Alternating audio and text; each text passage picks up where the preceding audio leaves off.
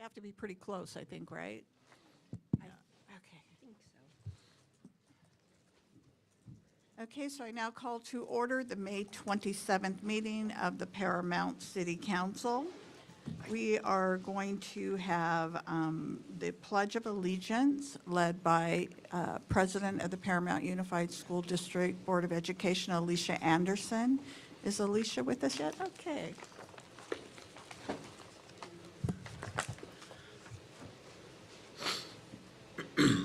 And we'll have the colors posted by the ROTC before the pledge. Okay. Okay, thank you. You can, yeah, take a seat or remain there, Alicia. Yeah. That's what I get for not putting my glasses on. It's okay.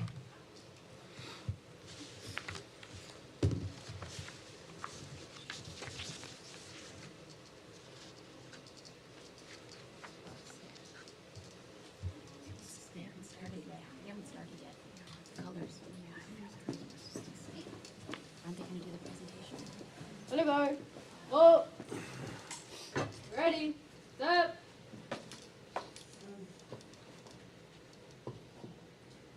Go. Ready. Set. Present. On.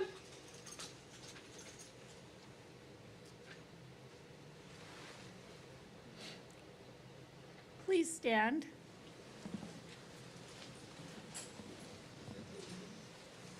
Ready, begin.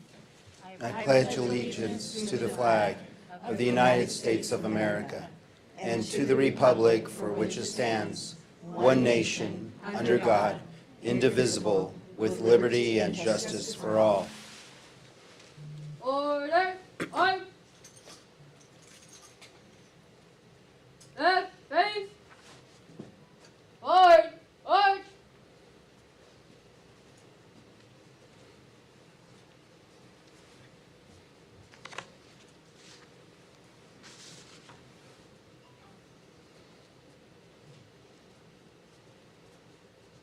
Forward, march.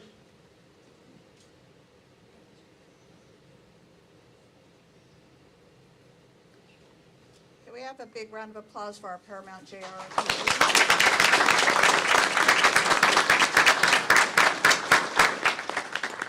Alicia. Can we have roll call of council members, please? Councilmember Aguayo. Present. Councilmember Delgadillo. Present. Councilmember Quer-Stallings. Present. Vice Mayor Olmos. Here. Mayor Lemons. Here. All present. Thank you. At this time, if I could have my colleagues join me down front for the presentation. Yes, ma'am.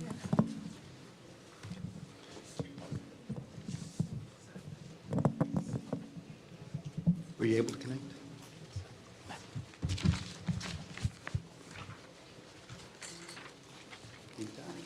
Yeah, no, I'll do it. Sure, okay.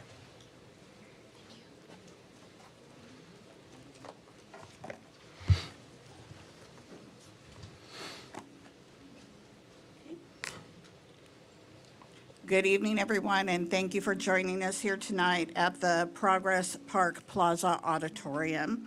We're here because we have several special presentations, and we need more space than the council chamber allows. That's a good problem to have, right? Tonight, we are celebrating Education Month, and we have many students in the Paramount Unified School District to honor. If my colleagues will join me at the podium, which are here now, so. Okay, and I'm going to ask first if Alicia Anderson will please come back up so we can take a photo. There she is.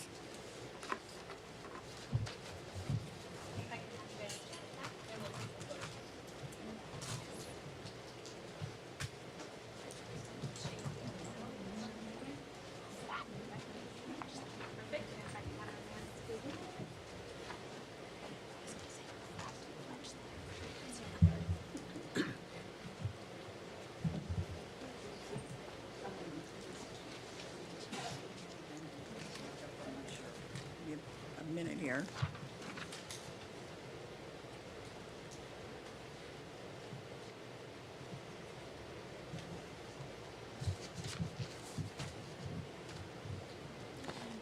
Okay. Now we're going to move on to the Paramount Education Partnership, known as PEP. First, we'd like to acknowledge the hard work of our PEP Board of Directors. Would any of the board members who are present please join us?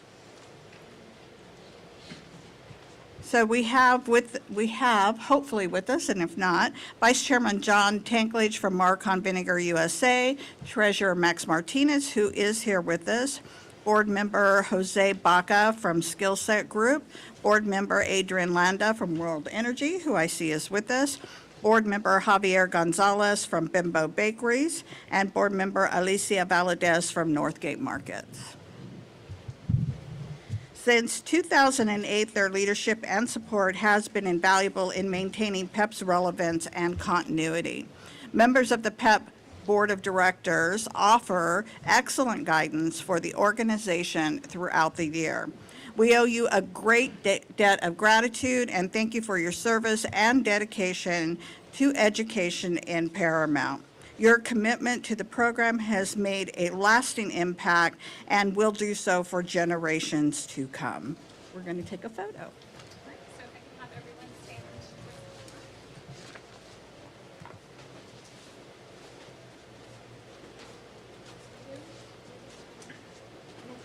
Yes, that works. Perfect. Perfect.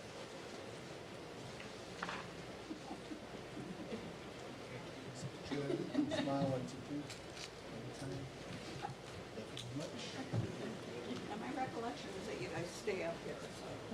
Stay. Let's see what's on the next page. We'd also like to acknowledge any Paramount Unified School District board members who are here. Tonight, the Odyssey STEM Academy is also hosting its end-of-the-year banquet, which may prevent some of the board members and students from attending tonight. If you're here, when I call your name, please come join us. President Alicia Anderson, Vice President and Clerk Sonia De Leon, Board Member Eddie Cruz, Board Member Yesenia Cuarenta, and Board Member Diane Martinez. And of course, the Superintendent Joshua Lytle. But just about everybody's here. Pardon me? Oh, okay. Dr. Lytle's at the other event right now.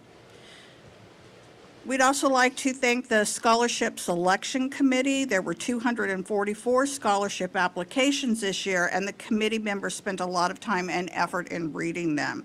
If you're here, please stand when I call your name so that we can acknowledge you. Lourdes Aguayo, Jose Barajas, Diana Barajas, Amber Bobadilla, Ilana Bustos, Hector Lujan, Patricia Tu, Yesenia Vasquez, Marlene Villaseñor, and Richard Viejas. If you guys, We can take a photo. you want it with the board members now? we can. Okay. They don't say take a photo. They don't say it, I don't do it, right?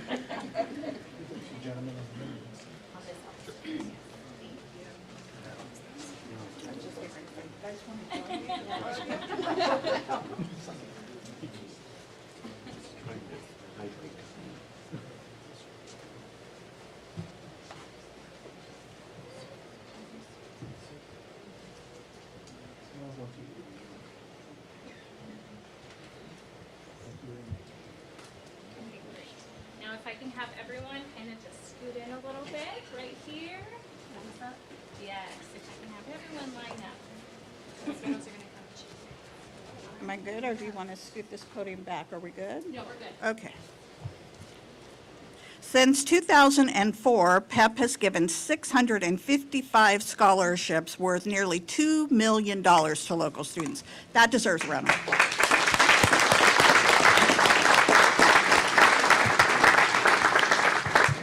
This year, there were 59 scholarships totaling $187,000. These are made possible by donations from our business community, the school district, and generous individuals. We've invited the donors who gave $1,500 or more for the current scholarships to attend tonight. Please come up if you hear your name. Athens, for $1,500 and above, Athens, and J1 Foods.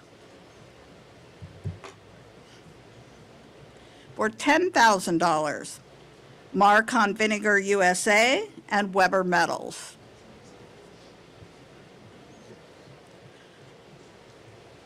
Over $19,000, World Energy and the Paramount Unified School District raised an amazing $5,687. We thank all of this year's donors, 18 in total.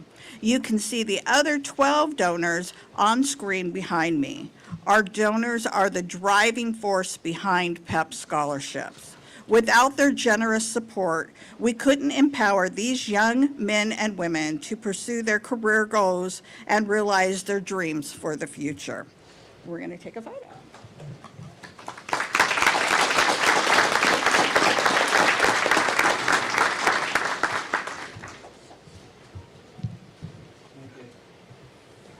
Seven individuals to make a second batch.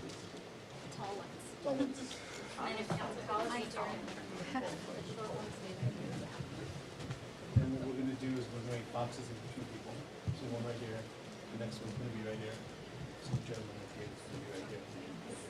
Perfect.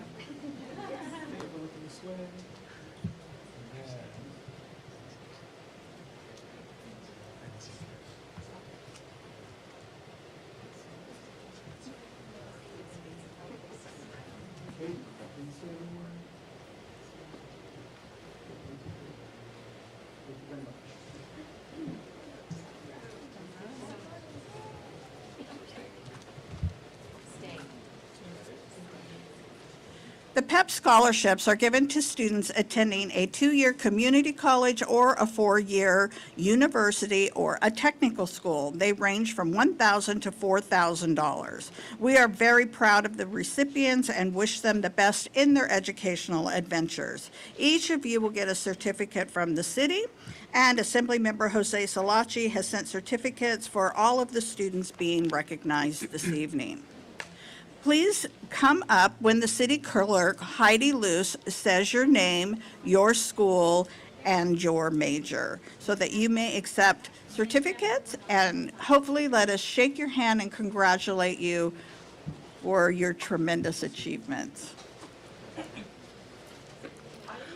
Andrea Feliciano Martinez, Cerritos College, majoring in education and Spanish.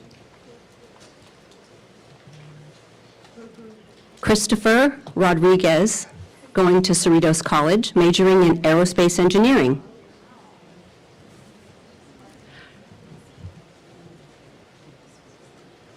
Tatiana Castillejas, Long Beach City College, majoring in nursing. Olivia Rangel, Cerritos College, also majoring in nursing. Carlin Dominguez, Long Beach City College, majoring in photography.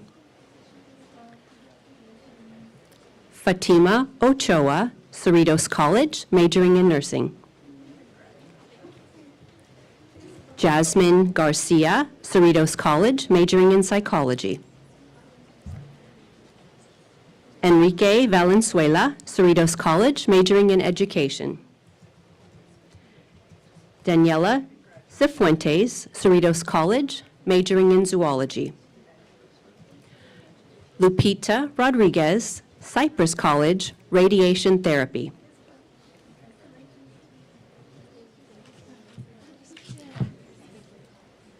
Abby Santillanes, University of California, Santa Barbara, majoring in communications. Herman Perez Hernandez, Cal State University Long Beach, majoring in history and mathematics.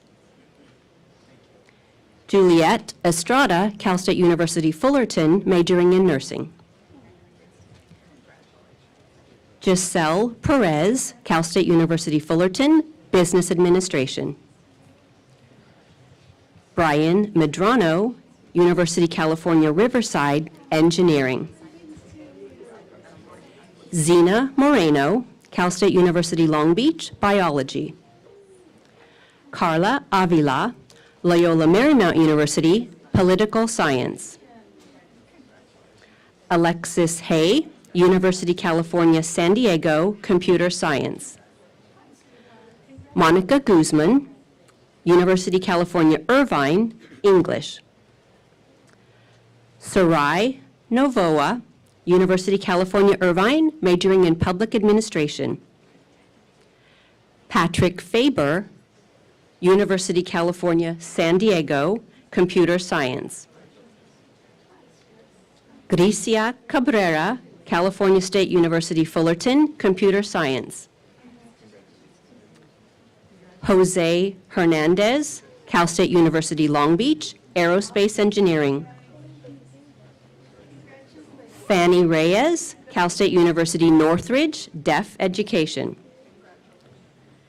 Melanie Ochoa, University California Irvine, aerospace engineering. Andrew Herrera, UC San Diego, computer science. Jacqueline Gonzalez, University California Los Angeles, chemical engineering. Alexandra Vizcara Anglin, Cal State University Long Beach, accounting. Melissa Soriano, Chapman University, computer animation. Sherlyn Arzetta, University California Irvine, criminal justice.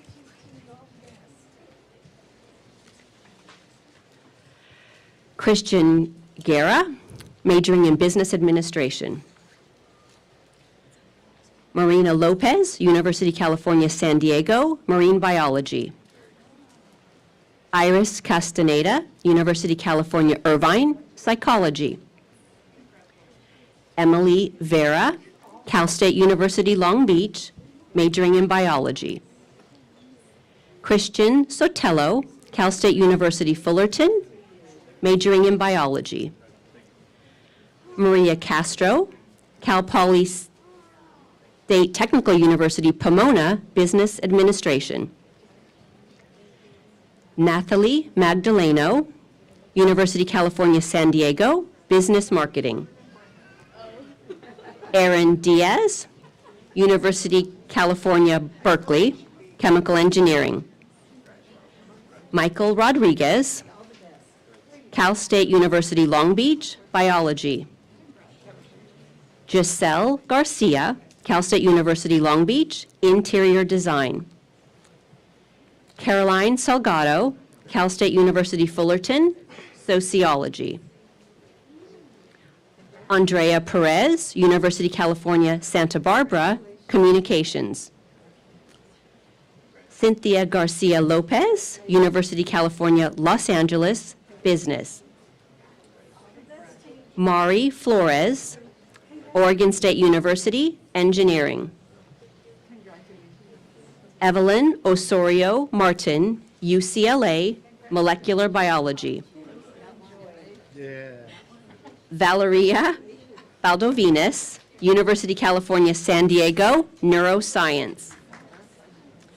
Gerardo Barajas, LA Trade Technical School, petroleum engineering. Isabel Cabrera, UCLA, biochemistry.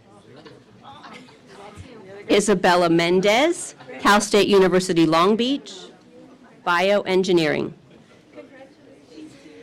Amber Rodriguez, University California Santa Barbara, ecology and molecular biology. Giselle Vivanco, University California Berkeley, pre-law. Amber Trevino, University of San Francisco, psychology. Alyssa Ruiz, Stanford, Biomedical Engineering. Daylin Ramos, Cal State University Fullerton, Business. Gabriela Perez, University California Irvine, Political Science. Juan Alvarez, Whittier College, Computer Science. Haley Para, University California Riverside, Electrical Engineering. Juliet Cordova, Cal State University Long Beach, Criminal Justice. And our last scholarship recipient, Amy Turner, University California Irvine, Health Science Studies. Congratulations to all the scholars.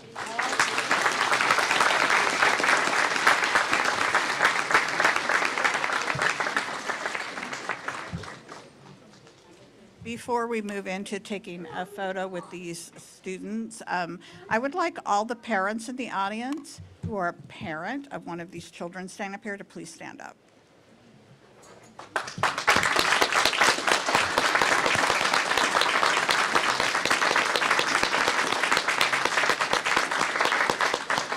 You're amazing, and we certainly know that no matter how much we try to help these children, that if it wasn't for you at home, stressing the importance of education and giving them the support system that they need, they wouldn't be here. So thank you. Thank you for the part that you play.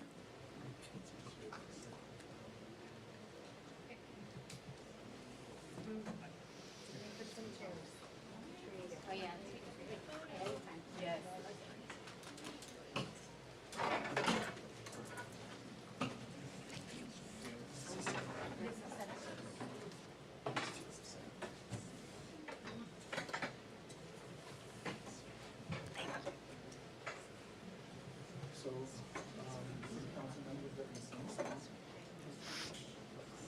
And then everyone's sitting in front of us, go to the front of the wheelchairs. And then we'll make one row.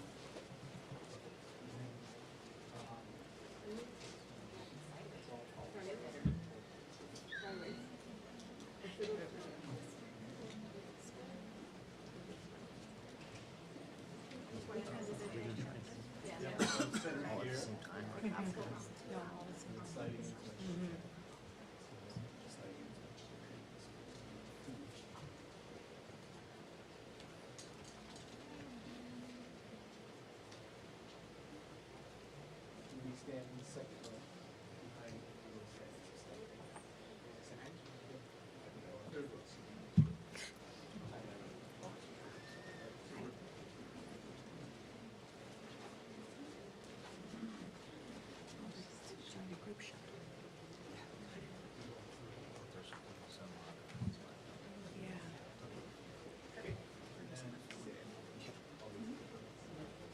Bring the rest. Third row, as close as you can to the second row.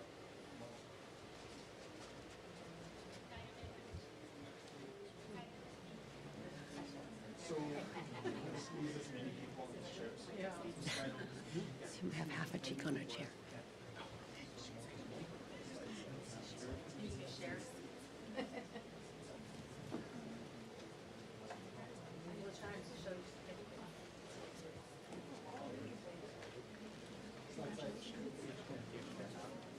Squeeze together.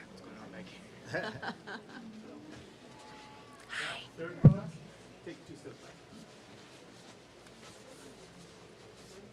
And then the row that just came in front of the tallest people. Step forward, step forward, there you go.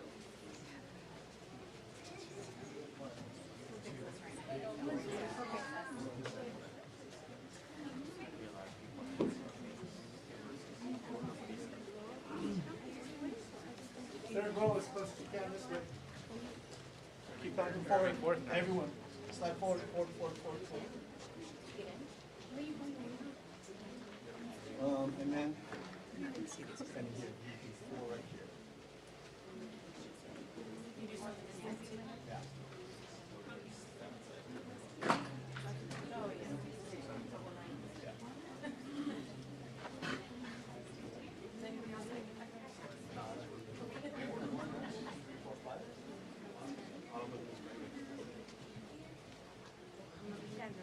This up the way? Yeah.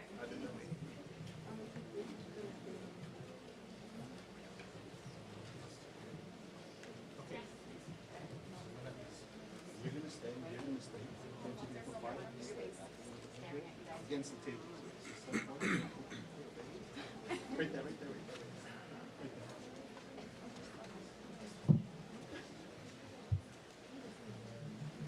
Great one.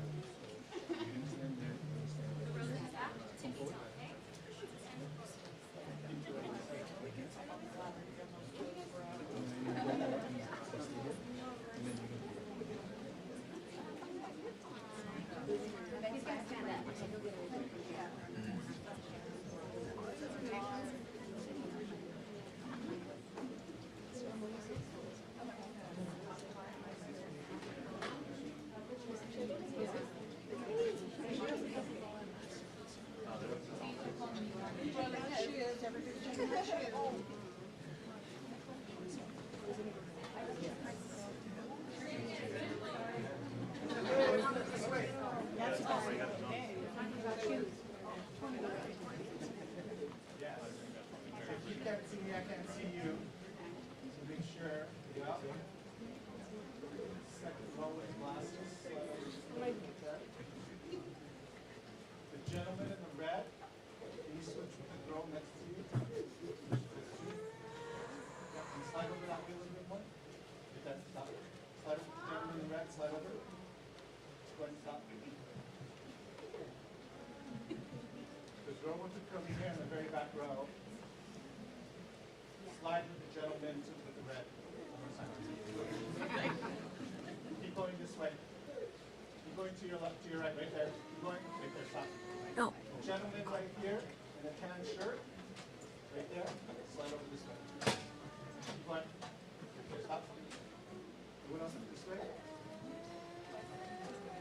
Curly hair in the very back, slide over this way. Stop, stop, too much. Right there, stop. Don't move. Okay, everyone else this way, please. Okay, don't move. Throw, all right, everyone look this way.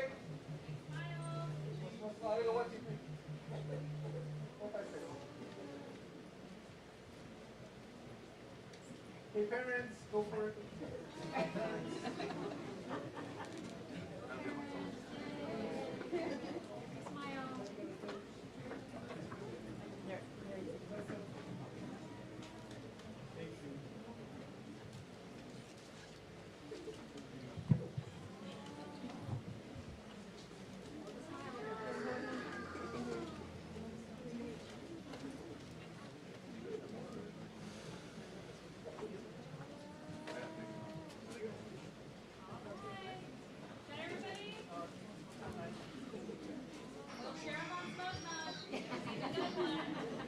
All right, thank you so much.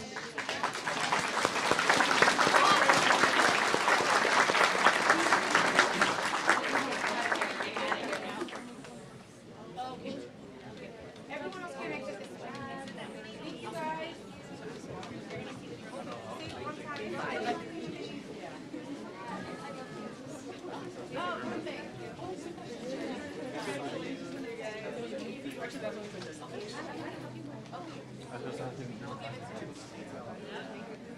guys.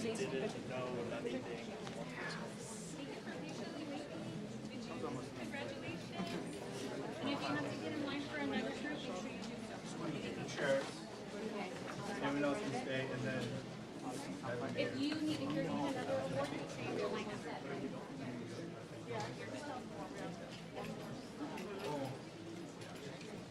Where's the Aquaman 4 or 5 more? We get her so we can check her. I'll do it. Yeah. You can slide if you want to come in front. You can ask Leslie. Do you want in front for now? Yeah, I think everyone should shift to the front. And then we'll set you back around. Back to position one, everybody, back to position one. That was our biggest group. Yes. Do you like the mic on this side? This side? Yeah, I think so.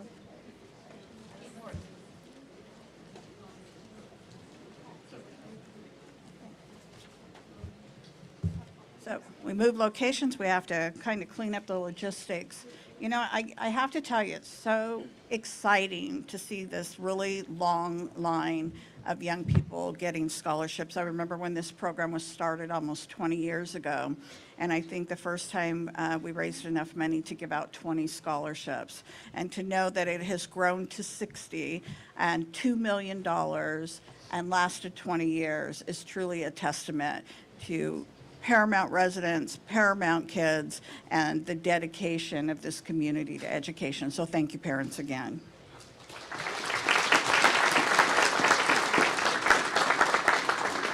Okay, so congratulations to all of our PEP scholars. And again, we'd like to thank our PEP Board of Directors for joining us. And if you would kindly please take a seat and enjoy the rest of the presentations this evening. Yes, thank you. Thank you guys so much. This is an original PEP Board member here.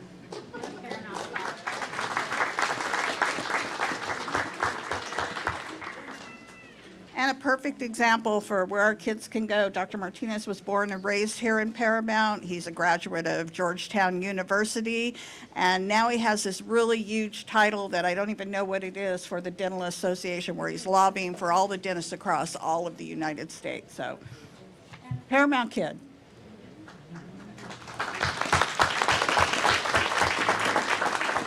Okay, for the next portion of our evening, we will be celebrating the top students from the class of 2025 at Paramount High School, the Odyssey STEM Academy, and Buena Vista High School. As we said before, Odyssey is having an event tonight, so those children probably can't be with us.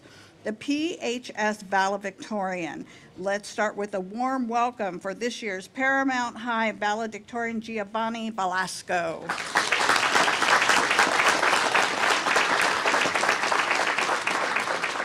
Giovanni will be attending UCLA. Congratulations on being a leader in your class.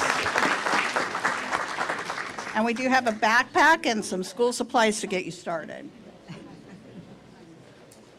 We're going to take a quick photo with Giovanni. Yes. Because they're USC? Oh, yeah, of course.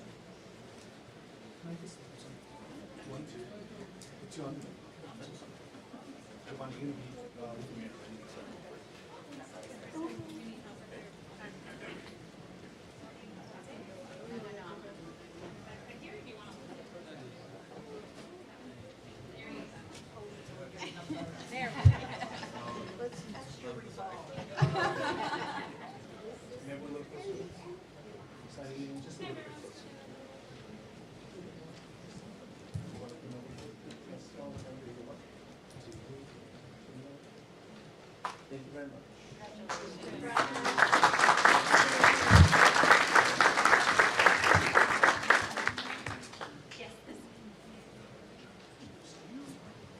Next, we have the Paramount High salutatorian, Isabella Velasco, who is going to UC Berkeley.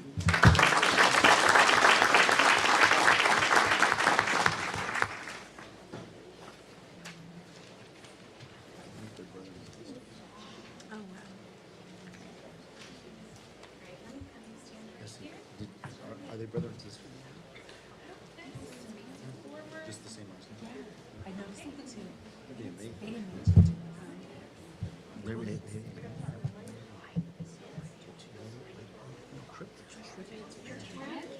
Oh, wait. So I was just checking because they have the same last name. Are you guys related? They're twins, the valedictorian and the salutatorian.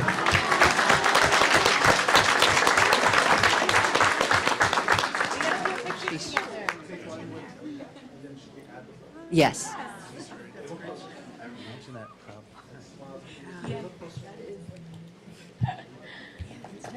parent. Come on, Luce. You have the mic. Family competition. Sibling rivalry. Yeah, that is great. Must be a proud parent.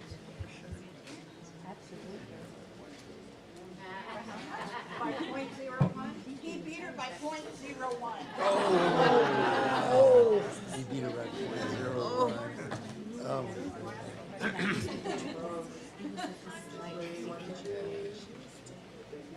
He credits it to being bored first.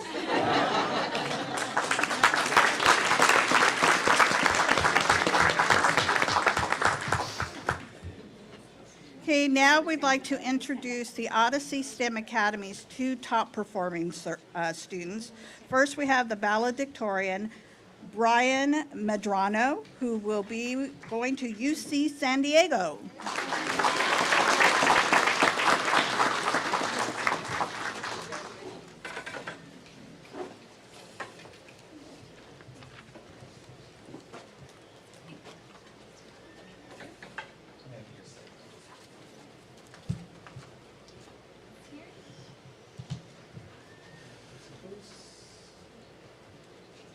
Here.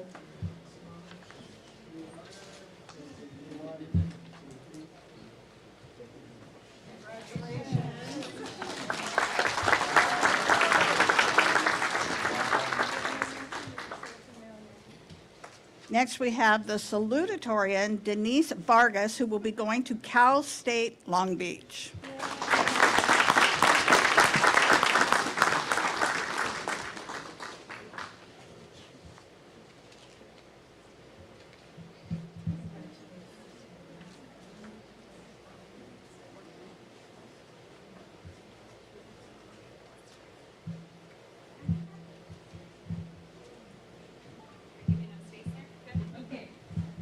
Smile.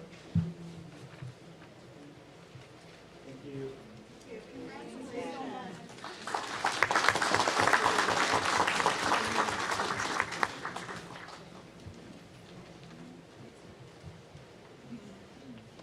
Okay, we have some very exciting news. This year, 2 Paramount students were named as GATE Scholarship recipients.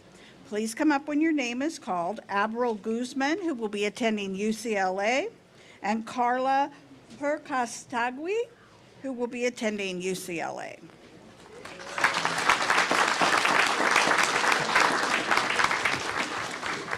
For those of you who don't know about the Gates Scholarship Program, it is funded by Bill and Melinda Gates Foundation. They select only 300 student leaders each year from across the entire United States. Each of them receive full funding for all costs to attend any 4-year university. That's a completely free education.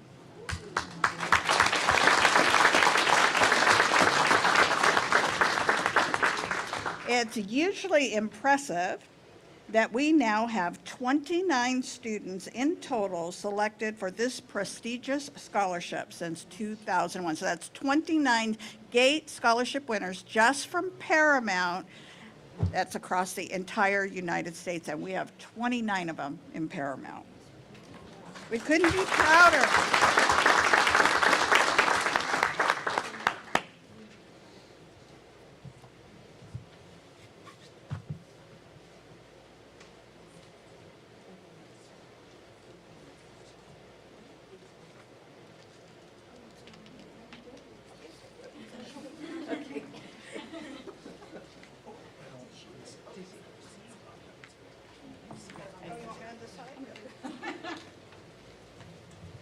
Perfect. A little closer, everyone.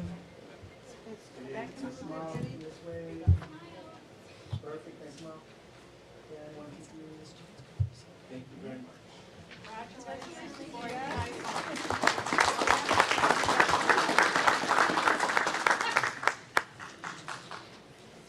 Okay, and now we have another outstanding student who was recently named as a Dell Scholars Awardee, Brianna Vera. An initiative of the Michael and Susan Dell Foundation, Dell Scholars received $20,000 towards their academic journey and a wealth of support services throughout their schooling.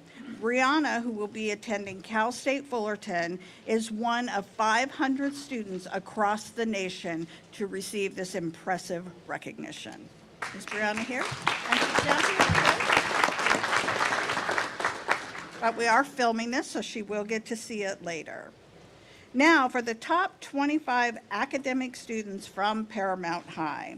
These college-bound seniors have the highest GPAs in their graduating class. They will be featured on banners along our Boulevard of Scholars on Alondra between Downey and Paramount. Congratulations and thank you for representing Paramount so well. Please come up when Ms. Luce calls your name and the college that you will be attending. Sherlyn Arzetta, UC Irvine. Matthew Conrad, UCLA. Eduardo Cornejal, UCLA. Karen Corzo Aravalo, Cal State University Long Beach. Juliet Estrada, Cal State University Fullerton. Patrick Faber, UC San Diego. Samantha Flores, Cal State University Long Beach. Cynthia Garcia, UCLA. Adriana Gonzalez, UCLA. Abril Guzman, UCLA. Allison Lazos, UCLA. Samantha Machado, Cal State University Long Beach. Chizuram Noram, UCLA. Arnold Palomera, Cal State University Long Beach. Sergio Pena, Cal State University Long Beach. Carla Perscatagui, UCLA. Jessica Pineda Gonzalez, Cal State University Pomona. Probably that's Cal Polytech Pomona. Dylan Reyes, UC San Diego. Marcos Robles, El Camino Community College. Alyssa Ruiz,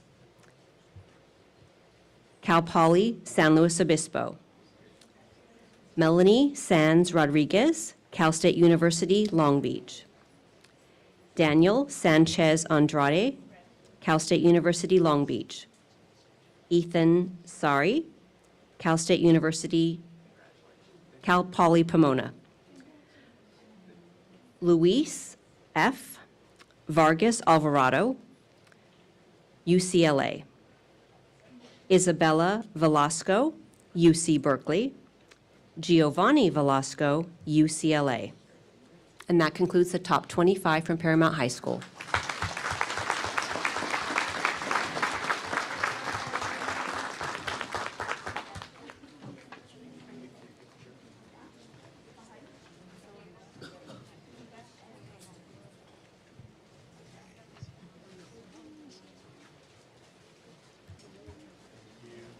Do that thing where you're going to angle towards the center, so we're going to bicep here.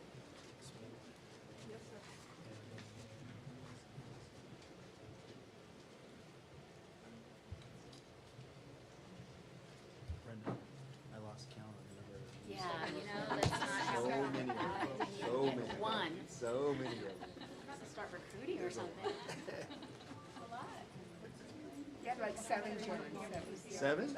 I think there's more. More than that then. I lost count. I did too. All the way up, as close as you can. Come on up. You're going to try to stand in between people, not directly behind them. Up and sitting, thank you.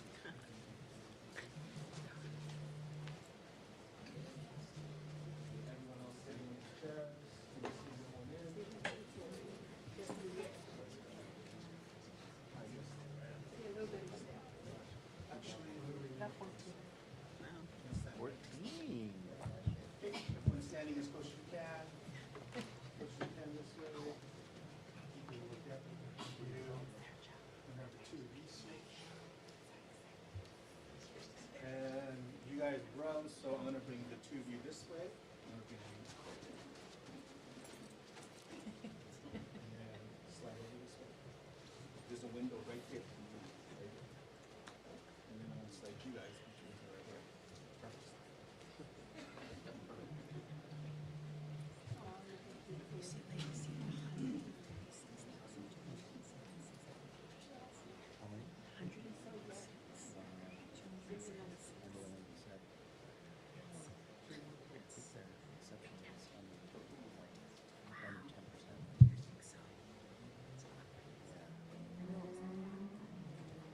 Hey, hold those smiles. Very back.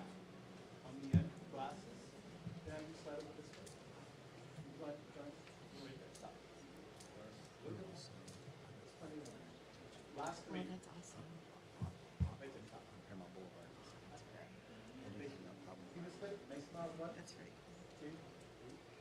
Okay, 1, 2, 3. Left one, 1, 2, 3. Thank you, parents. Please. Hold on, parents are taking photos. Hold your smiles.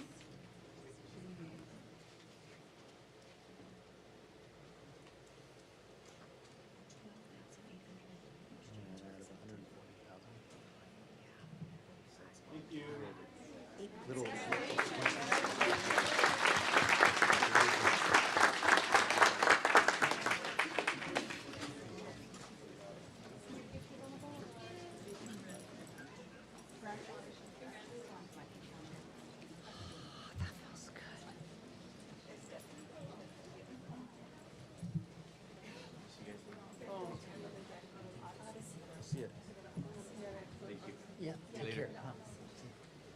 Again, if you're the parent of a Gates Scholarship winner, a Dales winner, a high GPA, what am I missing here?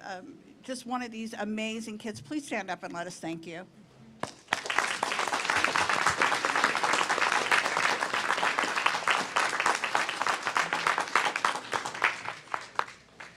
So we will be moving the banners this year that are usually along Alondra, and they are going to Downey and Ad hoc, Paramount Boulevard. Downey and Paramount No, no, Boulevard, so that Paramount they're Boulevard between Rosecrans and Somerset.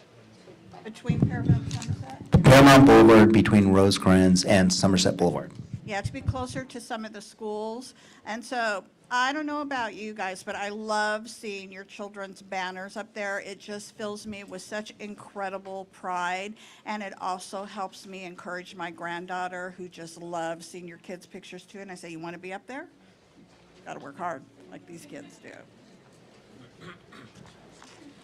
Okay.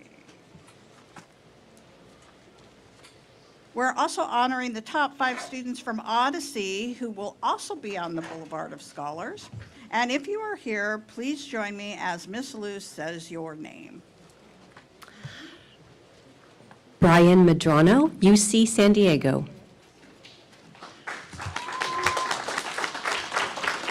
Denise Vargas, Cal State University, Long Beach. Valerie Valdovinas, UC San Diego. Isaac Leon, UC San Diego. And Isabel Cabrera, UCLA.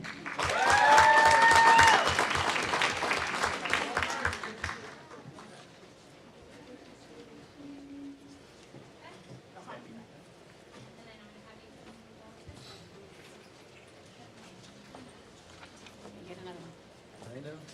They're so good. So hot.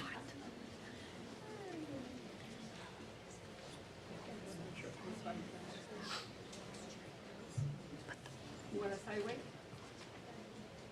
Yeah. Point to the center. And everyone standing, take a tiny step this way.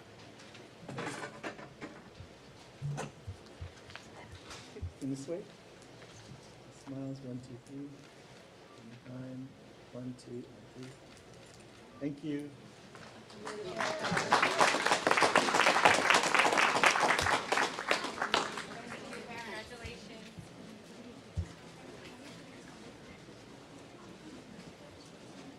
Next are the top 2 Buena Vista High School academic students, class of 2025.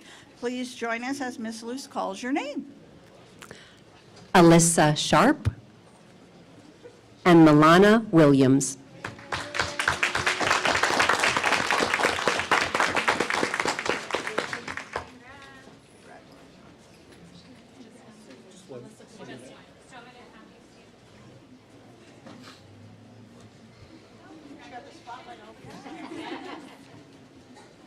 Closer, there we go. Nice smile. 1, 2, 3. Thank you. Congratulations. See you next month.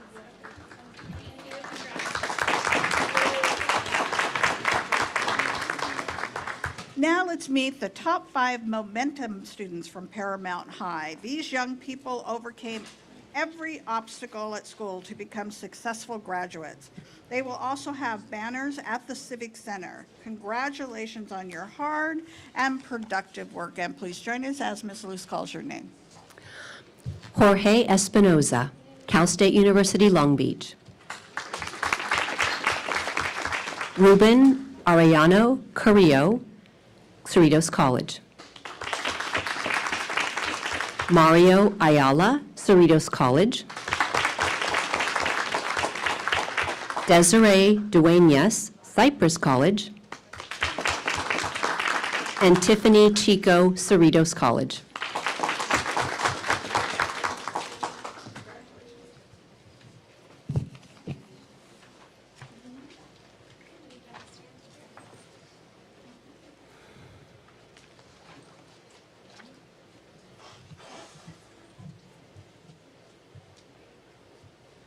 Close.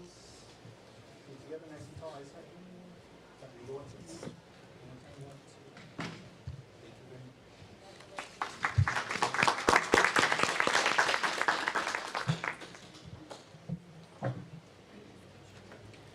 So that's going to conclude tonight's public presentations. We want to thank you all for being here today and for your continued dedication to making Paramount a strong and to making Paramount strong and ensuring that our students go a long way. We're going to be taking a 10-minute recess, and then we will be continuing with our business agenda if you'd like to stay. Congratulations to everyone. Thank you.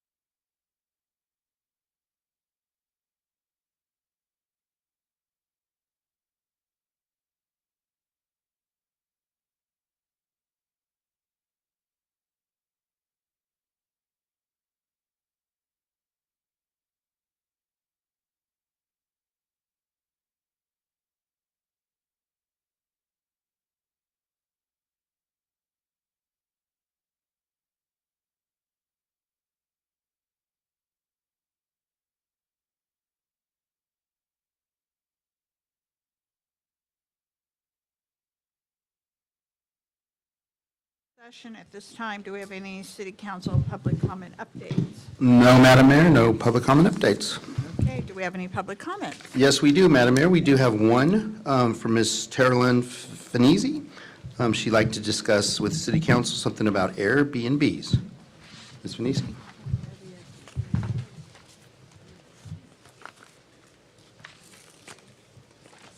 Good evening. I have to address the council. Thank you so much. I didn't expect this to be so fast, so thank you so much. So I want to come to you in regards to Airbnb here of the city of Paramount. I've actually raised my children here, and one of my daughters, I believe, was a scholarship recipient years ago.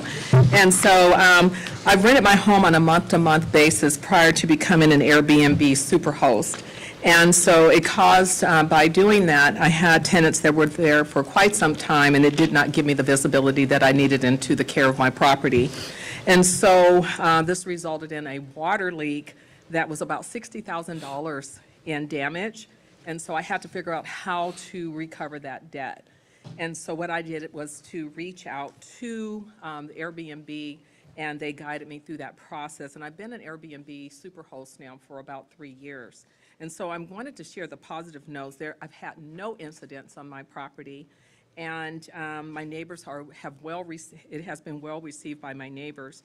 One of the challenges that I had recently was that I was notified that I was outside of city ordinance by having an Airbnb, and was asked to cease the Airbnb. This did not give me time to notify my Airbnb guests that are coming up here in the summer, nor did it give me the opportunity it will not give me the opportunity to recover that entire $60,000 debt. I'm proposing that we think about another process here that would allow you to charge us annually for Airbnb with permits. If you were to charge the average of about $2,000 a year for, if you had 100 Airbnbs in this area, you would, not even 100, I think even if you look at 100, though I'll use that as a margin, 100 at $2,000 per unit, you would gain about $200,000, almost $250,000 in revenue that you could use for some of your public works, some of our public works, improvements, repairs, and what have you, and also use those dollars towards some of the after-school programs that Paramount Care, summer camps, and other programs offer in our city. So my concern is that we're asked to stop the Airbnb quite abruptly, impacting those families that are ready to travel here with their children and families. We even hosted with my Airbnb. I am a model example of a good Airbnb customer, host, and follow those strict guidelines, no parties, none of that. And we even hosted here in the city of Paramount some of the fire victims that were impacted because they were displaced. So that is my proposal, that we consider a permit that would allow you to gain revenue, but with an annual surcharge fee through permit. Thank you. Thank you.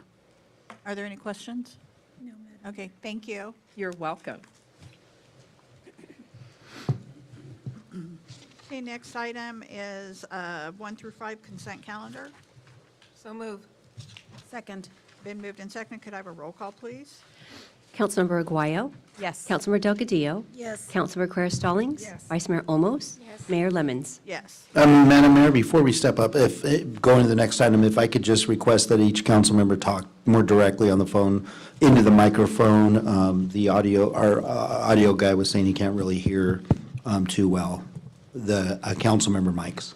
Thank you. Thank you.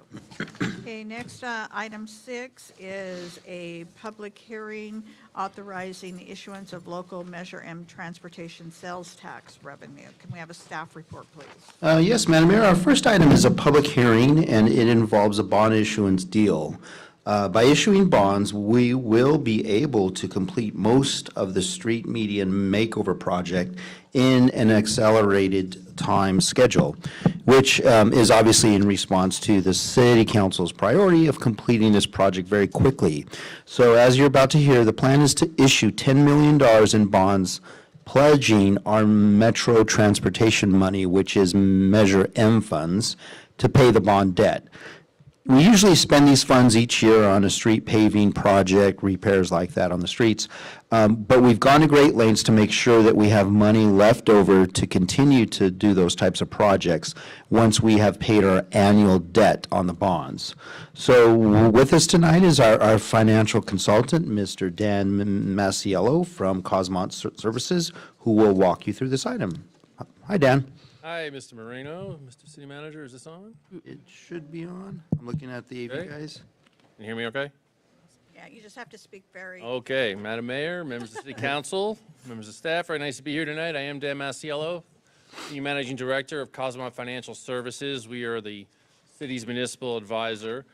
As your city manager just detailed, before you tonight is consideration of a package of documents that would authorize the issuance of bonds. We're going to go through this in a two-step process. I'll explain real quickly what we're up to here tonight and be able to answer any questions you might have.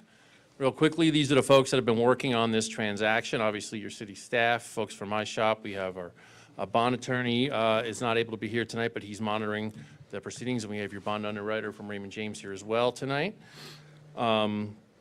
Basically, what we're doing, only the projects that are on the list of eligible projects for the Measure M sales tax revenue will be funded with the bond issue, and we are expecting to generate close to $9.5 million in bond proceeds to pay for these projects.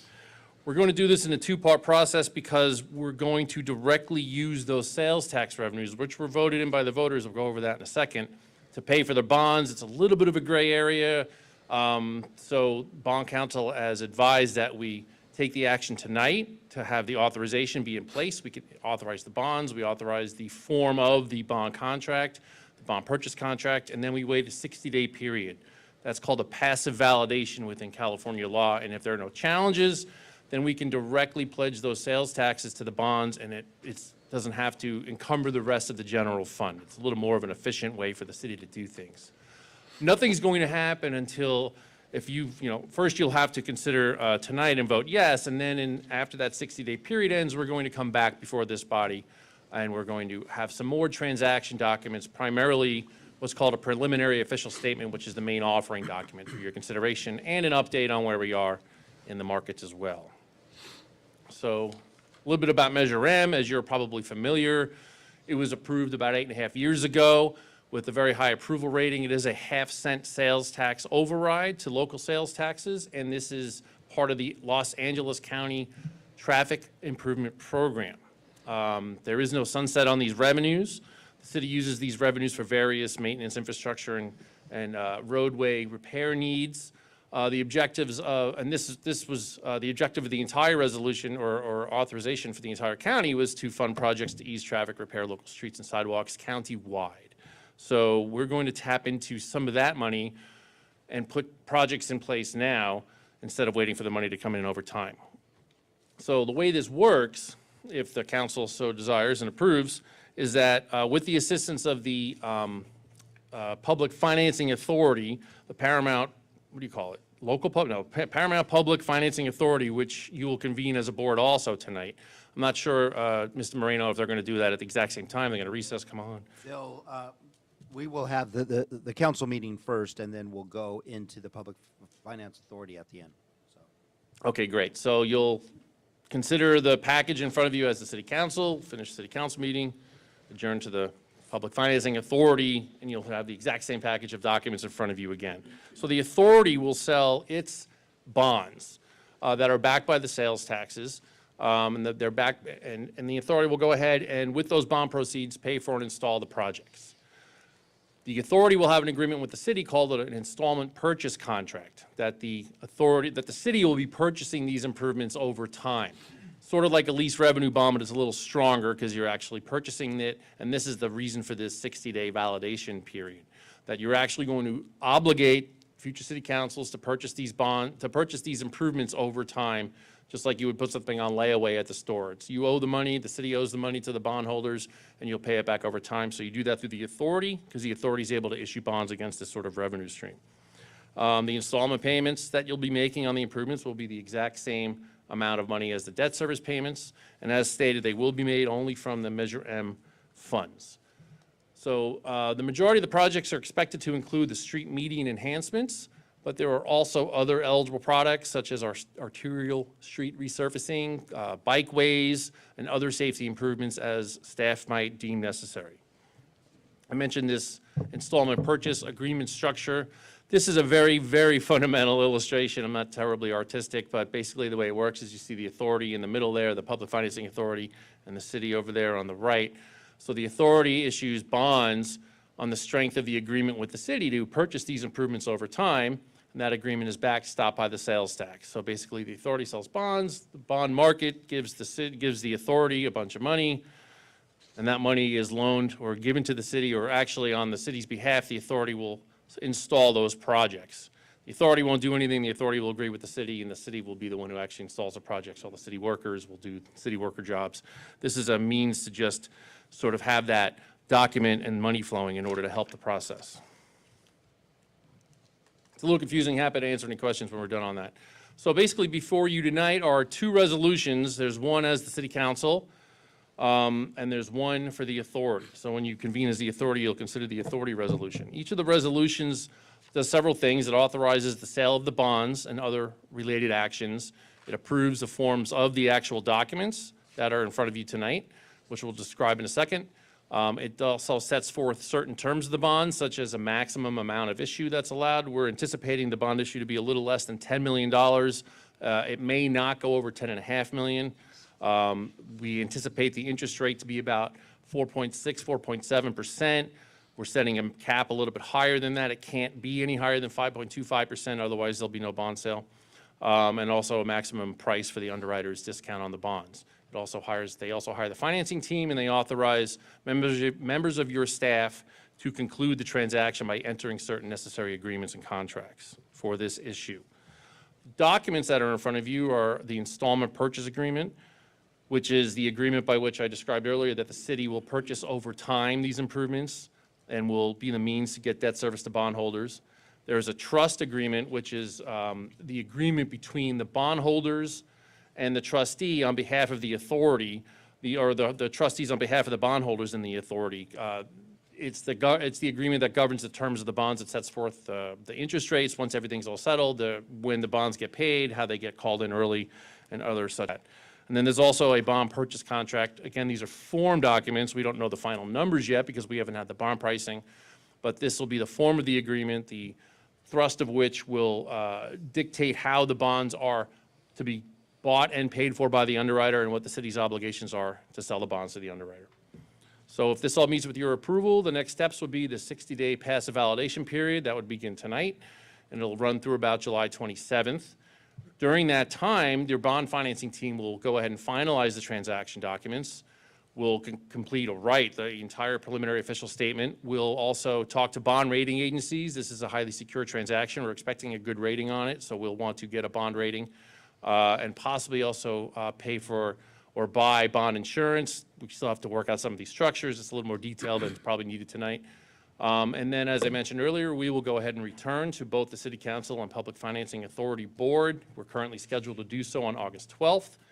We'll receive a market update, what the financing looks like at that point. You'll see the preliminary official statement, and we'll seek your approval for that. And if any other items are needed to be tended to, we'll take care of it then. And then we anticipate selling the bonds in late August. So that's basically the schedule I just went through. And we do anticipate having this process concluded by early September, and you can start putting medians in the streets. That's basically how it all works. Be happy to answer any questions. I know that was a lot that came at you, right, all in one shot. Okay, thank you. Are there any questions for the presenter? Mayor, I just have one really quick. I'm just like, who hires the finance team under the next steps? Would that be, The resolutions in front of you hire the finance team the right resolution now. does? It's in the resolution right now. Right, but who does that? I'm sorry. Like, who hires them? We're all sort of working for you right now, Got it. and Okay, this so will it's you guys. formalize it. Okay. I'm the municipal, I represent the municipal advisor. We have a bond underwriter. We have a municipal bond attorney, bond counsel. Did I miss anybody? I think that's our. That's it. And and there's some other, like a trustee and a bond printer. That would be Mr. Marino's Okay. choice. Okay. Okay, this is a public hearing. Is there anyone in the audience wishing to speak in favor of this item? Anyone opposed? Any comments, Madam Clerk? There have been no comments submitted, Madam Mayor. Okay, may I have a motion to close the public hearing? So moved. Second. Been moved and seconded. Could I have a roll call, please? Councilmember Aguayo. Yes. Councilmember Delgadillo. Yes. Councilmember Quer Stallings. Yes. Vice Mayor Olmos. Yes. Mayor Lemons. Yes. Before we move into approval of the actual item, Mr. Moreno, is this bond financing enough to complete the median projects throughout the city? Not every single one, no. Okay. This will complete the majority of them. We still have incoming Measure M and Measure R funds that we could put towards that once we use all the bond proceeds. So once we do that, whatever medians that are still left over, we can use our existing annual allocation to complete the rest of them. The estimate, the early engineer's estimate we got was for about 14 million for total for all the medians throughout this city. Now, if that could come in higher, could come in lower. We chose to stay around 10 million because that will, again, allow us to pay the bond debt and still have money left over each year to pave streets, because that's always been a priority of ours, to make sure that our arterials continue to be paved. And that was going to be the second part of my question is, right now, are you planning to delegate the money not just for the median projects, but other projects? Correct. Are you saying yes, street repaving projects? Street repaving projects for what we get annually, our allocation. Let's just say, for instance, we get annually from Measure M $1 million. Our bond debt payment that we have to make each year, let's just say it's 600,000. So 400,000 will go towards our annual street projects. It'll contribute to the funding for our annual street projects, while the other 600,000 will go to pay off the bond debt. So, Okay, so trying to keep it within the realm of the allotment, being able to make the bond. yes, yes. Okay, so can I have a motion on the item? So moved. Second. Moved and seconded. Coun- That Councilmember Aguayo. resolution number Oh, sorry. 25017. Councilmember Aguayo. Yes. Councilmember Delgadillo. Yes. Councilmember Quer Stallings. Yes. Vice Mayor Olmos. Yes. Mayor Lemons. Yes. Next is a receive and file item on the public master art plan. Yes, Madam Mayor, the next two items deal with the public master art plan, actually. The first item is a review of the plan itself, and we've been working on this plan for over a year now, and we've been bringing, excuse me, we've been bringing it back to you with some updates, and we've had a lot of public engagement, so we're very, very proud of it. This presentation will feature the highlights of the plan, and the item after that is the ordinance that codifies the certain regulations that are within the plan. So with that, I'll turn it over to our management analyst in the planning and building department, Ms. Sol Bejarano, to handle these two items. Sol? Thank you, John. Good evening, Madam Mayor, members of the City Council. I am pleased to present the city's first ever public art master plan. Thank you to City Council for having the foresight to highlight the importance of public art programming in the city and wanting to provide equal access to public art to everyone that lives, works, or visits Paramount.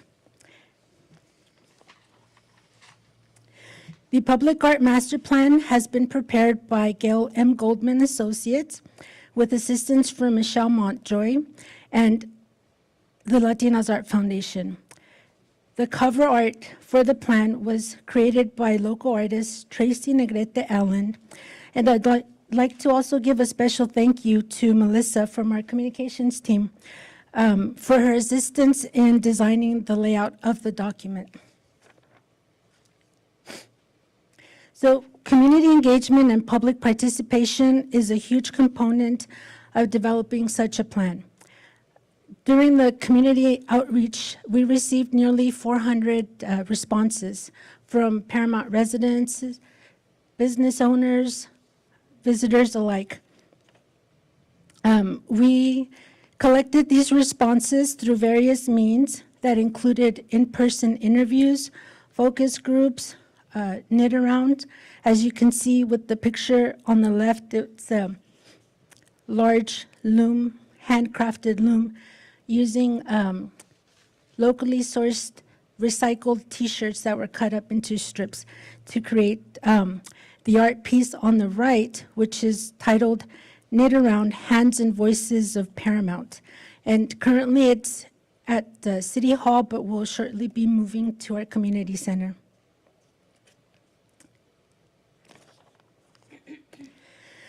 Okay. The following are the recurring themes and recommendations derived from the community engagement and public participation process. So, cultural identity and civic pride, with the recommendation being to commission art that authentically reflects Paramount's diverse histories, cultural heritage, demographics, and interests. Public education, with the recommendation being to implement a comprehensive program of ongoing public education and outreach designed to introduce all sectors of Paramount to public art. For local artists, as a recurring theme, the recommendation is to nurture and support local artists to build Paramount's public arts ecosystem. For administration and collection management, the recommendation is to establish a process that creates exceptional public art and inspires support for and trust in the public art program. Funding strategies. The recommendation is to identify sustainable funding sources and systems for supporting and maintaining the public art program. The vision of the plan. So all Paramount residents and visitors experience public art as part of their daily lives and throughout all neighborhoods, celebrating the city's history, people, natural environment, and culture.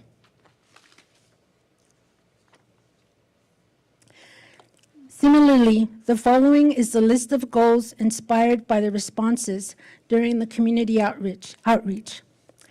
To express Paramount's identity and celebrate its cultural diversity through public art. Provide diverse, engaging, and sustainable public art throughout Paramount. Build on Paramount's prestige as a city of innovation. Commission community-focused art in publicly accessible places. Connect and build the artist community in Paramount. Provide ongoing financial and administrative support for public art. Maintain and expand the city's collection of public art, and to encourage collaboration in the public and private sectors to create vibrant public spaces. The most notable recommendation in the plan is that the Public Art Advisory Committee will replace the Development Review Board's role in reviewing and approving proposed projects on private development, and will also have an expanded role in reviewing and approving proposed projects on public right-of-way and/or city-owned property. The composition of the Public Art Advisory Committee reflects best practices in that both key stakeholders with knowledge and involvement in the community, along with professional artists, will base their recommendation on their subject matter expertise and approved policies and guidelines that will be reviewed and adopted separately also by the Public Art Advisory Committee. The Public Art Advisory Committee will have the flexibility of selecting arts professionals based on relevant experience correlating to the proposed project.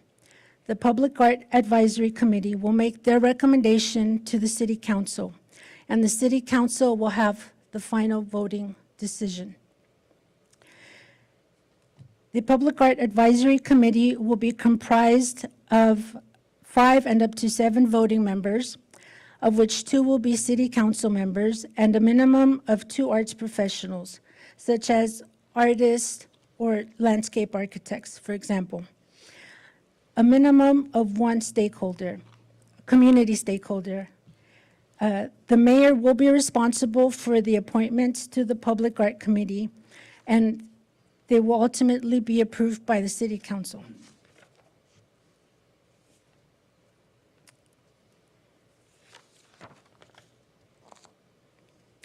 Earlier this month, zoning ordinance text amendment number 35 was presented to the Planning Commission and approved and recommended for the City Council, which later tonight, you will hear ordinance number 1200.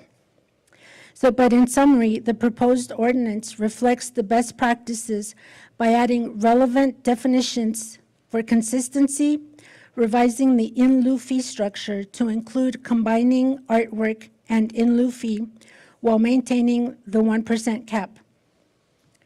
Referencing public art policies and guidelines that include artist and artwork selection and approval process, which allows for full transparency and equal opportunity to all artists,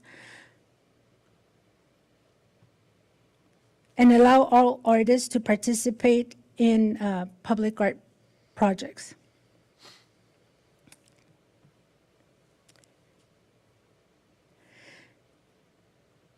The public art policies and guidelines will be the responsibility of the Public Art Advisory Committee to review and accept, and will be implemented by appropriate program art staff. Establishing the Public Art Advisory Committee and City Council role and responsibilities. The policies and guidelines will be revised from time to time to reflect best practices for public art.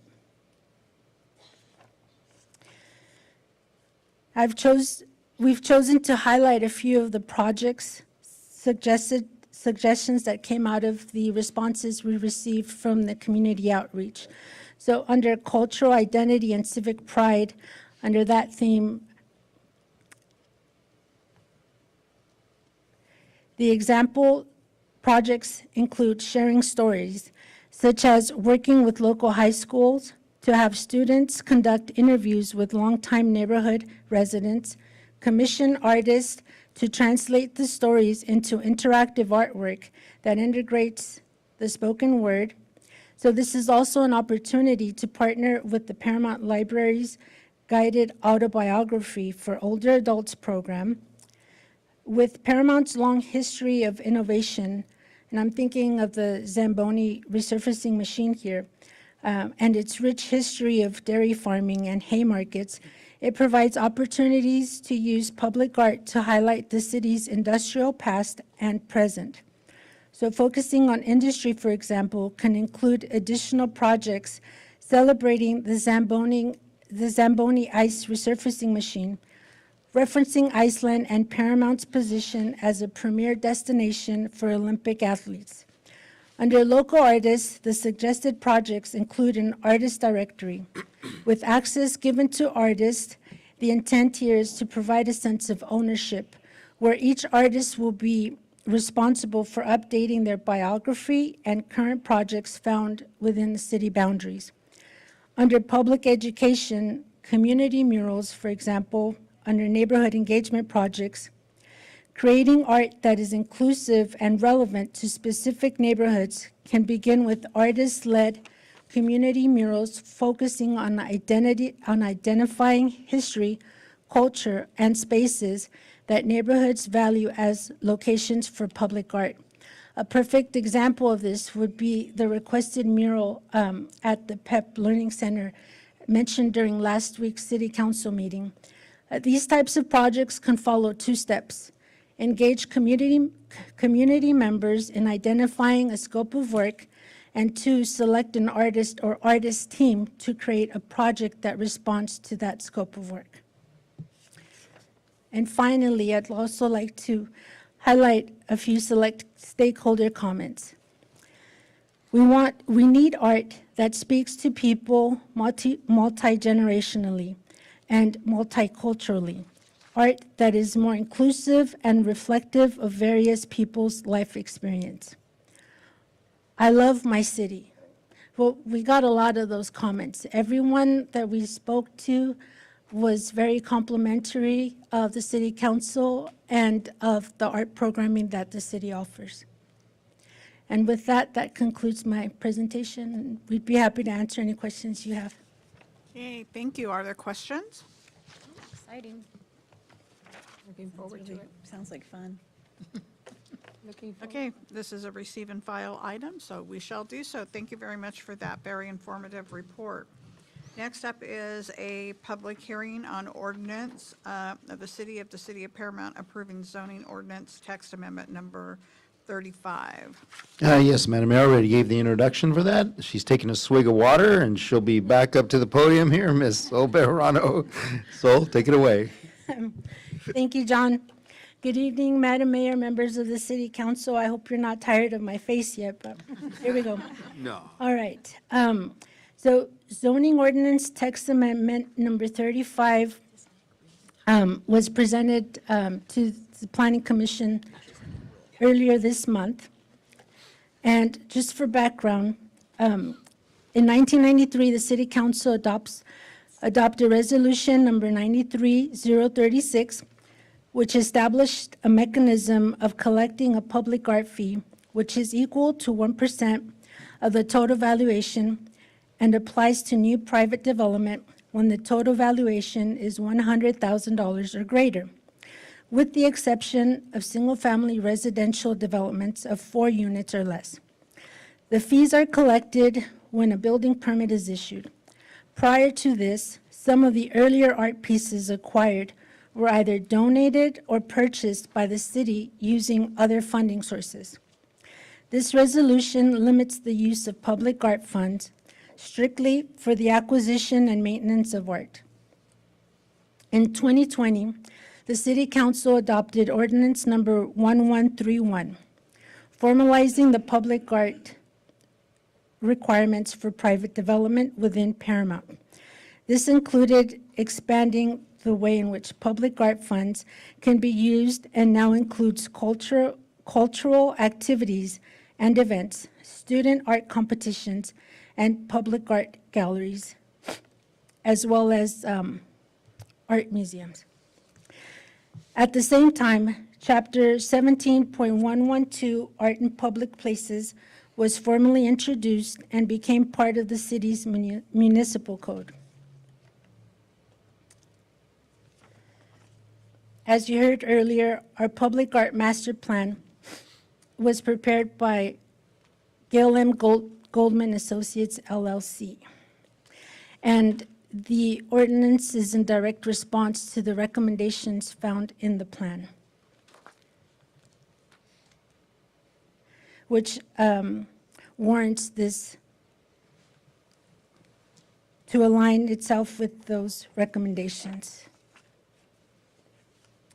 So in summary, the changes include adding new definitions and revising a handful of terms to provide consistency with some of the words found in the body of the Public Art Master Plan. So I've highlighted a few of those definitions here. Public Art Work Plan, an annual work plan presented to City Council that identifies new projects to be initiated within a fiscal year and provides a status report on current and completed projects. The annual work plan serves to inform city policymakers, staff, and the public about arts and cultural activities and opportunities available. Placemaking, a multifaceted approach generally in program.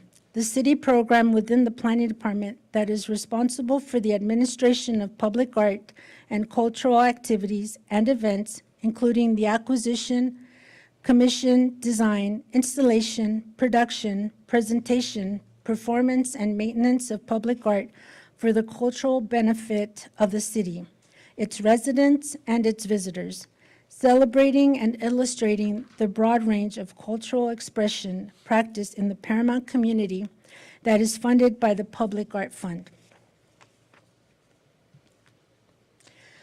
However, as mentioned earlier, the most notable change is the recommendation to establish a Public Art Advisory Committee, shifting the responsibility of approval from the Development Review Board over to the Public Art Advisory Committee. So the responsibility will be twofold process, in that the newly established Public Art Advisory Committee will review and make a recommendation to the City Council for any newly proposed public art, whether it be on private or public property. And the City Council, again, will be the final decision maker as to whether that project gets approved or not. Additionally, the in lieu contribution requirement has been revised.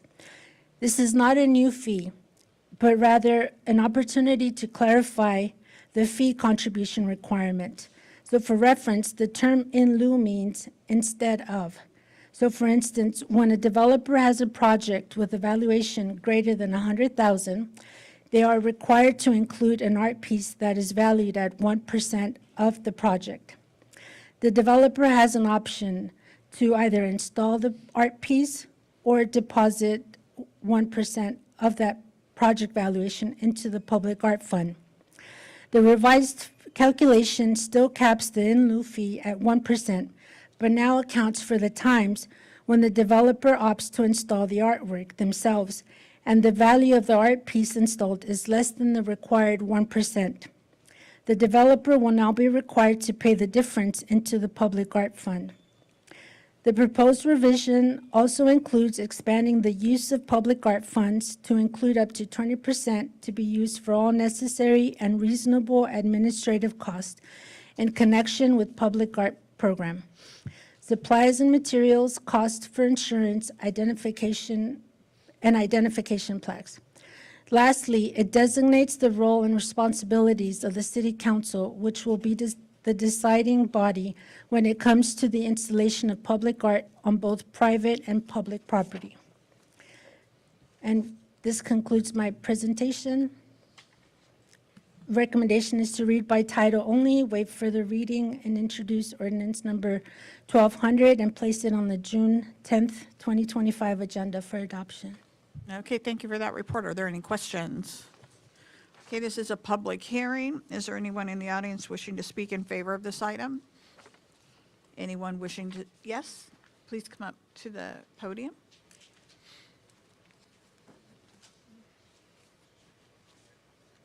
I think this is a wonderful idea. Being an artist myself, I look forward to seeing more art in the city of Paramount. I have watched it grow tremendously in the positive direction over the years.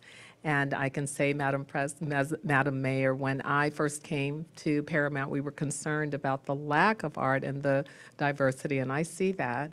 And so I am just so proud to see that this is being represented here. It is a way for young people, especially our students and older adults, to really express themselves in a time where you see mental health, stress, and so many other things that are happening around the world, and this is a great way to alleviate that. So I am so proud to see this ordinance hopefully get approved and put in place. So thank you.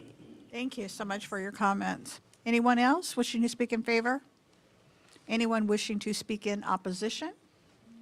Any comments, Madam City Clerk? No, Madam Mayor, no comments submitted. Okay, can I have a motion to close public hearing? So moved. Second. Moved and seconded. Roll call, please. Councilmember Aguayo? Yes. Councilmember Delgadillo? Yes. Councilmember Quer-Stallings? Yes. Vice Mayor Olmos? Yes. Mayor Lemons? Yes. The motion carries.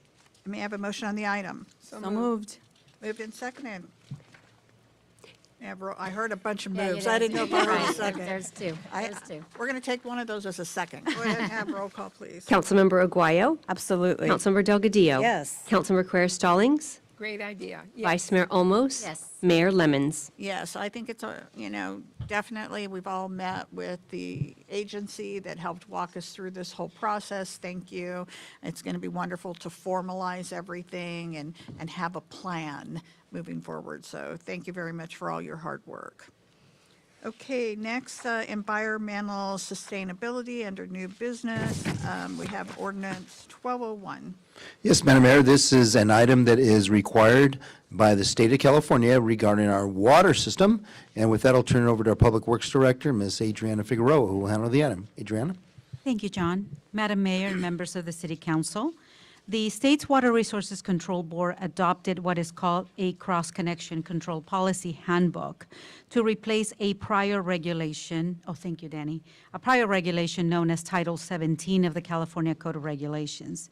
This Cross-Connection Control Policy Handbook provides guidelines to prevent contamination of drinking water systems. For reference, a cross-connection refers to any unprotected connection between any part of the water system and a customer, and that is done through the use of a backflow preventer device, which is installed by the customer.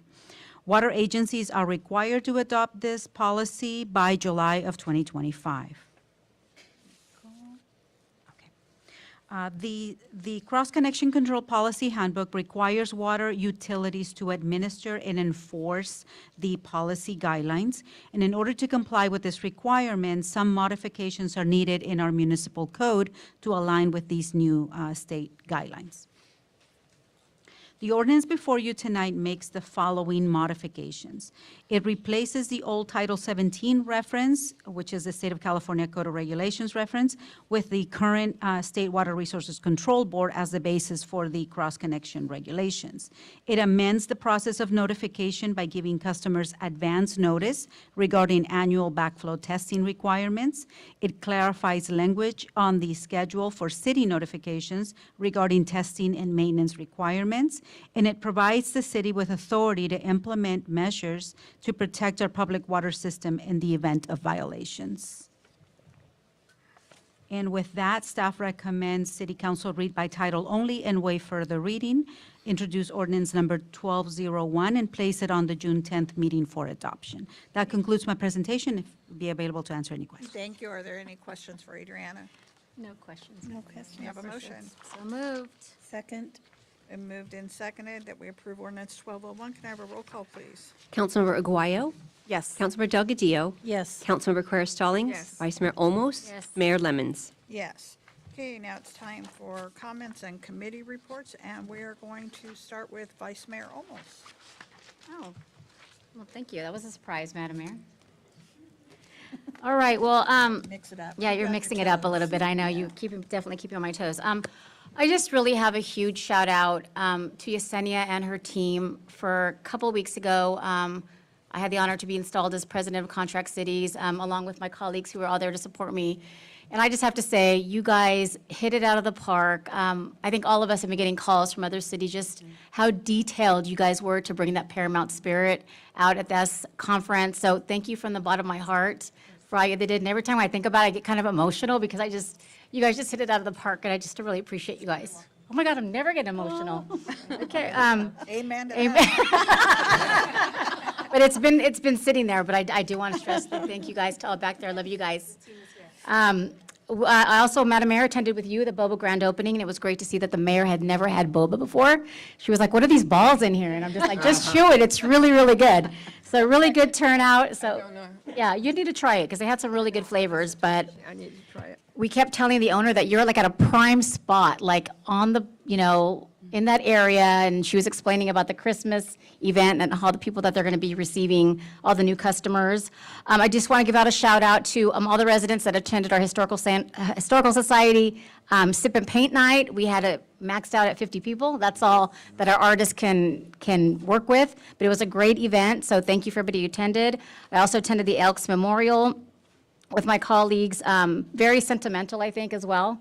A lot was going on again with our statue, but good attendance, and it was good to see the Paramount residents come out. I just want to say congratulations to all the scholars today. It was great to see all this. Paramount has a lot of people going to UCLA. Yes. Okay.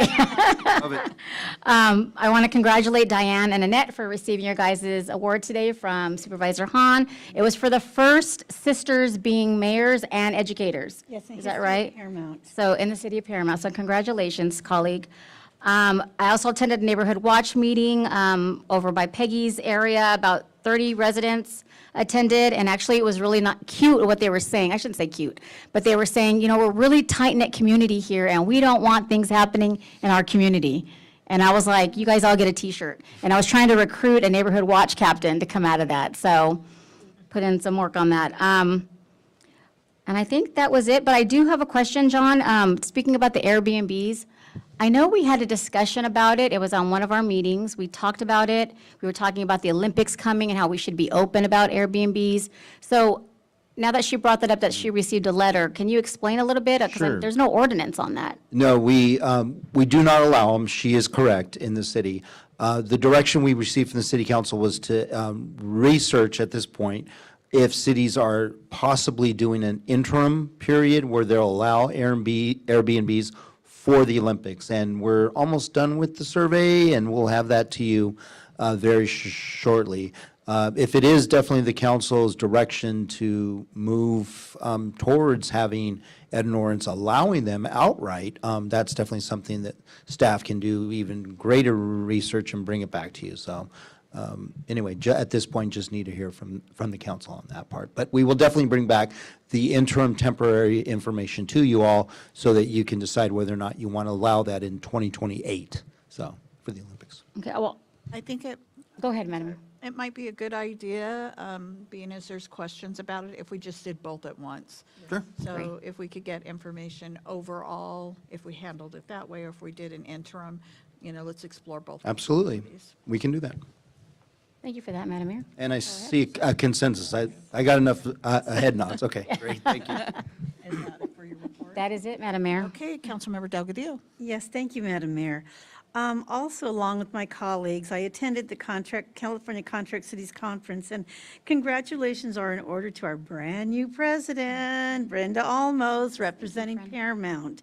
And a big thank you to Yesenia and staff for the wonderful decorations displayed all weekend. I love the life-size piñata. That, I wanted were a to hit. take one home. But, everyone did well, and I'm just so proud of us. Paramount did well. And also today, my sister Diane and I were recognized by Janice Hahn and the Los Angeles Board of Supervisors for being the first sister mayors of Paramount. And thank you, Supervisor Hahn and all the Los Angeles County Supervisors for this highest honor. Thank you. Thank you. And Councilmember Quayre Stallings? Okay. Well, congratulations to Brenda for being the new president of Contract Cities, mija. I was so honored. I was so happy. I mean, we had those My little... face on a stick. Yes. I was like, Brenda, Brenda, Brenda. Anyway, we had a wonderful time, and what an honor to have you represent Paramount. And I'm going to get emotional. But anyway, shout out to Yesenia and your team. Oh, Yesenia, the things you guys did was amazing. I went on a trip to advocate for the Metro to come to Paramount, and all I heard from the 14 cities was, oh my, I mean, how did you guys organize this, and where did you get the piñatas, and where did you get this? Oh, and they love the Paramount bags. Yes. They go, where can I get a Paramount bag? I said, I don't know, you have to call. I don't know how you can get a put it on our Paramount bag. store. I only got one, but anyway, and they thought, oh, Velma, you must have some extra ones. I said, no, I don't, girl. I don't have any extra. So anyway, and shout out to Mayor Lemons and our city manager and our former superintendent for coming out and having that discussion, how it is to work with our chamber. And there was a lot of questions about that too. So I told them to contact our mayor, Peggy Lemons, because I didn't know all the answers. And last, as I mentioned, we went to the Gateway Cities of Government. We traveled to Sacramento last Wednesday, and we advocated for the Metro to come through through Paramount. We had a great time, and we also were able to visit with 14 assembly persons, men and women. And last, it's very emotional being at the memorial service yesterday and having my husband there. And I didn't know that my brother was going to show up. He showed up in my house. So also being a veteran and coming from a very strong family and my dad. But I'm glad. Thank you, Peggy Lemons, for the speech that you said. And I mean, thank you to all our veterans who have served in the military and served our country and been a representative of Paramount. That's all I have, Madam Mayor. Thank you. Isabel, I'll allow you to speak if you don't cry. I know, right? Jesus. Even before all this, I think I looked over here and I said, oh my goodness, I'm about to cry, before we even started. So, all right, I'm going to do my best. However, my kids take wagers at home to see how long it's going to take to make me cry. So, lots of congratulations, of course, to, our new Contract Cities president. As always, you represent Paramount so well, and you just, of course, make us proud. Council member Delgadillo, what an honor, and I was so disappointed I couldn't be there. Unfortunately, I have, other commitments that I couldn't make it. And to the team that put together such an amazing, just really contract cities. We are still getting compliments, and when the executive director is saying, Paramount knocked it out of the park, and people are asking, how they did it, and I mean, you guys were so diligent and efficient, and just doing your thing, and I mean, talk about professional. I mean, that's what it is. So thank you guys for making us look good. You guys always do. Like I said, we're still getting compliments on you guys, so I'm definitely proud. The other thing for me, I mean, I have to say, I remember when I was first elected, and I met with, John, our city manager. He said, so what, knew nothing about me, and said, so, I mean, what's your deal? I mean, what is it you're into? Sorry. And I remember I said, we talked, and I said, I'm big on the arts. I'm big on the arts, and that was kind of my thing. So to see this, I did hold back tears. I can't lie, because it has been such a process. And I'm trying to hold it together, because it has, and it's so personal, really, for me. So to everybody that was involved in this, thank you. I'm really excited to see how this is going to carry.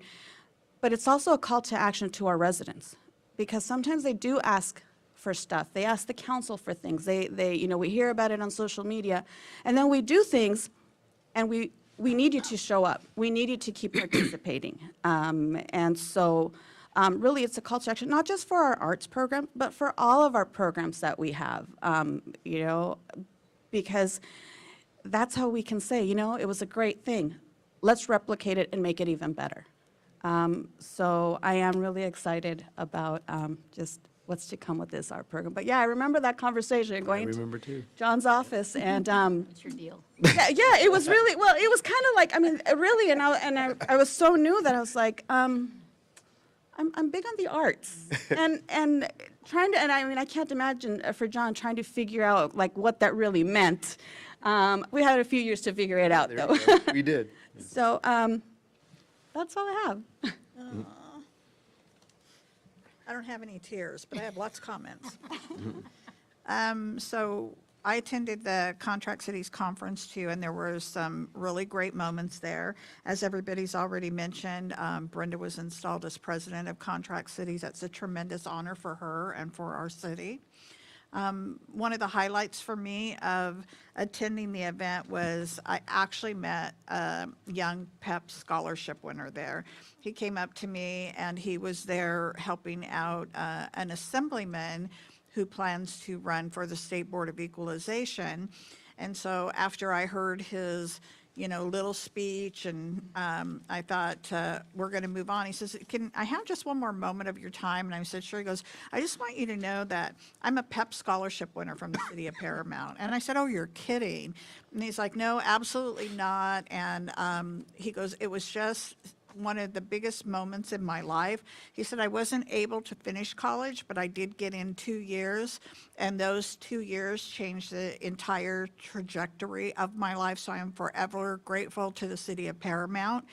And he actually didn't live in our city. He lived in a neighboring city, but he was attending Paramount Unified, and said that even since he was a child, as he would visit Paramount, he was so jealous of how beautiful the city was and how beautiful the events were that we had in our city, and wanted me to know that he was present for the first grand opening of the pool. He was there visiting with his school as a guest when we did the first makeover, and he said, and I specifically remember you jumping off the high dive.